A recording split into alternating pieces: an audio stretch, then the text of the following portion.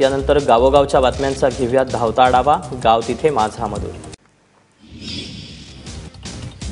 शुक्रवारी होणाऱ्या चैत्र यात्रेसाठी पंढरपुरातल्या विठ्ठल मंदिर समिती आणि प्रशासनाची तयारी पूर्ण झाली असून विठ्ठलाचं व्हीआयपी दर्शन बंद करण्यात आलंय।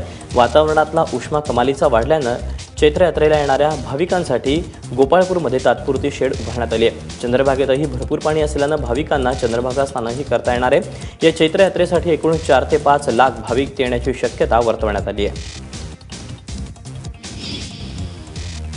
धुळे जिल्ह्यातल्या प्रगतिशील शेतकऱ्यांना अल्पभूधारक आणि गरजू शेतकऱ्यांना कांद्याचं बियाणं मोफत देण्यासाठी पुढाकार घेतला। धुळे जिल्ह्यातील कुंडाणे नागाव शिवारातील प्रगतिशील शेतकरी गोपाळ केले शेतकऱ्यांच्या मदतीसाठी धावून आलेत।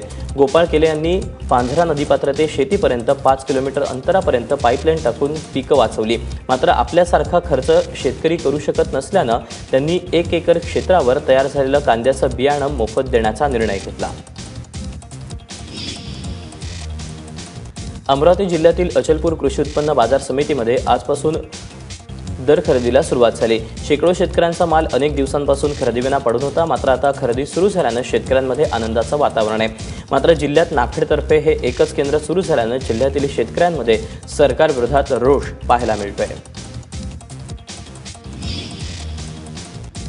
नाशिकच्या गोदावरी प्रदूषणाबाबत पालिकेनं कठोर पावलं उचलायला सुरुवात केली। नदी प्रदूषणाविरोधात कारवाई करणाऱ्यांविरोधात मंगळवारपासून दंडात्मक कारवाई करण्यात येते।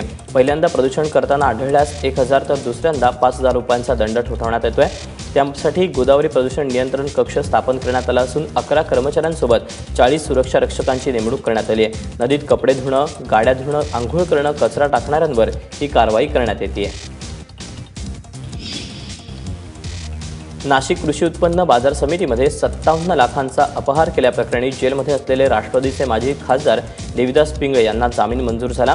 खटल्याचा तपास पूर्ण झाल्यानं 40,000च्या जात मुचलक्यावर मुंबई उच्च न्यायालयानं त्यांचा सशर्त जामीन मंजूर केला।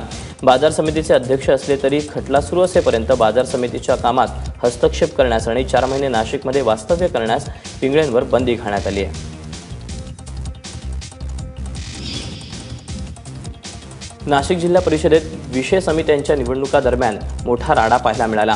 महिला बाल कल्याण, समाज कल्याण आणि 2 विषय समित्यांच्या निवडणुकीत काँग्रेसचे 8 पैकी 3 सदस्य फुटले आणि भाजप राष्ट्रवादीच्या आघाडीला जाऊन मिळाले। त्यावरून सभागृहात मोठा गदारोळ झाला। भाजप राष्ट्रवादीच्या सदस्यांनी केलेल्या धक्काबुक्कीत उपाध्यक्ष नयना गावित यांची ओढणी फाटली तर काही महिला सदस्य जखमी झाल्याचा आरोप करण्यात येतोय।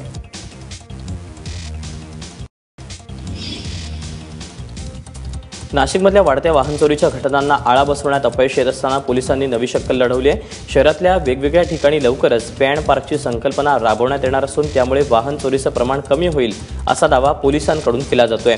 चोरांना पकडण्याऐवजी लोकांच्या खिशावर डल्ला मारणाऱ्या अजब उपायाबाबत नाशिककरांनी आश्चर्य व्यक्त केलं आहे।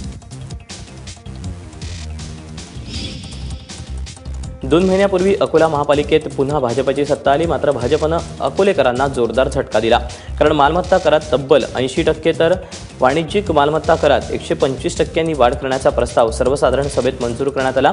या करवाढीला काँग्रेससह शिवसेना आणि भारीपनं विरोध केला। महापालिकेवर जवळपास 500 कोटींचं कर्ज आहे तर कर्मचाऱ्यांचे पगारही थकलेत। त्यामुळे महापालिकेची आर्थिक स्थिती पाहता आणि विकास कामांना गती देण्यासाठी करवाढ केल्याचं भाजपचं म्हणणं आहे। लातूरमधल्या महिला तंत्रनिकेतन कॉलेज सरकारनं बंद करण्याचा निर्णय घेतला। या निर्णयाविरोधात लातूरच्या महिला तंत्रनिकेतन कॉलेजच्या सर्व 600 मुलींनी एकदिवसीय उपवास केला। तसंच काळ्या फिती लावून निषेध व्यक्त केला। गोरगरीब शेतकरी आणि शेतमजुरांच्या मुली या ठिकाणी शिकण्यासाठी येतात, त्यामुळे शासनानं या निर्णयाचा पुनर्विचार करावा अशी मागणी या विद्यार्थिनींनी केली आहे। संगमनेर पोलिसांच्या हातावर तुरी देऊन आरोपीनं तुरुंगातून पलायन केल्याची घटना घडली आहे। शिर्डीमध्ये कचरा टाकण्याच्या बहाण्यानं हा आरोपी तुरुंगातून पळाला। 6 महिन्यांपूर्वी शहरात झालेल्या गोळीबाराप्रकरणी मालेगावमधून वेणुनाथ काळे याला अटक करण्यात आली होती। सध्या तो न्यायालयीन कोठडीत होता।